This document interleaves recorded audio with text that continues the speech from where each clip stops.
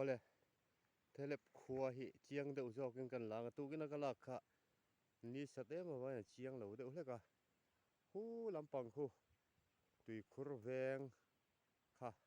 ani a helai mong hi pusai moi phun mong kha ni ara chuan wa huite sawa te nan tlan du khop mai a hu lai mong kir khu pulom chunga phun ani a ti hian hei hu tui khur nar tat te kha ni a so ta se UPC biak in tlang hei hi kan khom dan deuh chu ni a chip chiar deuh ka ron langa hei hi feel ka din na lai hi feel ania kan mual ve kha chuan so ta so tengki kha ni a he te hi tengki om boka hei an kan wadi ania so ron lang sa puja mate in ani yang ka kalang ka fang chuak reng a khom dan hi lo en ro in lungte lo len ve ta ka tukin kha na fi lo lu tuka hei motor kong zel kha ni a feel hi kan la non le lo ko nge hei hi feel kha ani kan sam fai veka hi ta khi baptist biak in tlang kha ani boka ti chuan kon phei kha kon veng kon phei kha helai hi ani a ti chuan puhing ate puhing moi te in hun ani boka khu laia rang wa chung takte ron lang det khu kan bol ho pai na ni a khu pusai thua mate in hun kha ani khu mun phia ding khu chu sam kan phal lo wangin kan han zuwa hria ba khu chu fai ve ka ni khu pusai thua mate in hun angkal zelanga kan fang kual chuak vek chinang a en pe tan lo en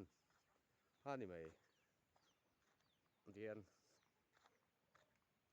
kon phei hei puhing mo ya in ani a mami khan lo en ro he hin pangpar chuan a par hi adal deuh hlek to a awang lai to lo deuh hleka hei hi insaron par kha ani hi insar thum hi chu hei ara to hri lo hei in kot vel po fai khop mai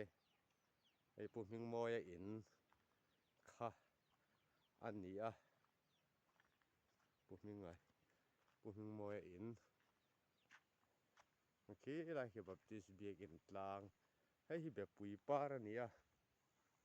ni chuan a ran chun na sa sar ga be pui par lal nu se ni be pui ania hei hi so kol dai par chu mami bok khan lo elang che so kol dai par ani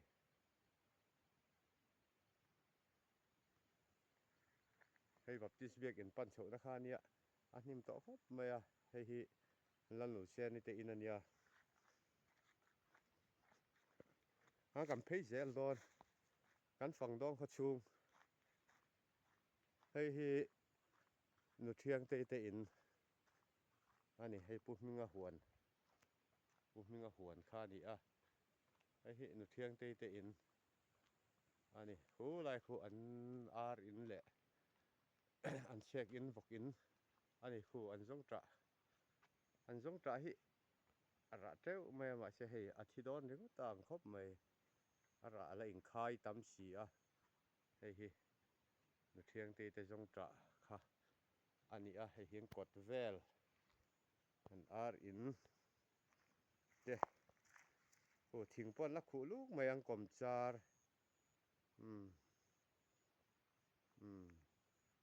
hei hi puwan na la te in ani a an lo hmu ve ngai ka be sei so check in hei baptist biak in pangtlang hi kan la sam do na hei hi kan next uaka kan da ani hei kan uak le kan be le tur ania hei zong tra hei hi puzua la zong tra ani a hei puwana te kon dung lei van hne vel po lang chiang khop mai ti chuan hei a kal zelang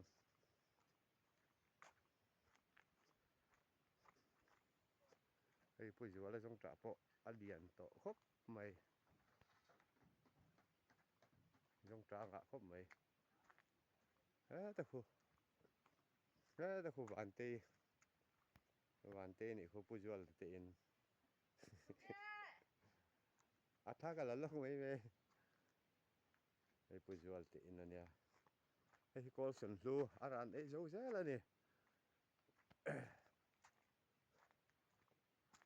hei thing po an tina samai pu ju al te po so ta so ka phei lo nga UPC be kin ta kha so ta so ni alang lo de ka ei pu ju al te huan jong ta nei tha hu lai po huan na ne khu lai khu in lo lang khu ka pudinga in mun kha ni a khu ka pudinga in mun kha ni khu a thei hai vel te po ala om veka khu ka pudinga in mun tak kha ani so lai son UPC be kin chu thing hian a hlia le vek to a mu thei to lo wa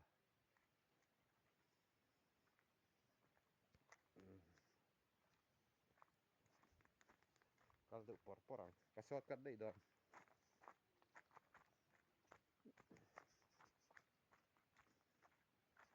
ku la huan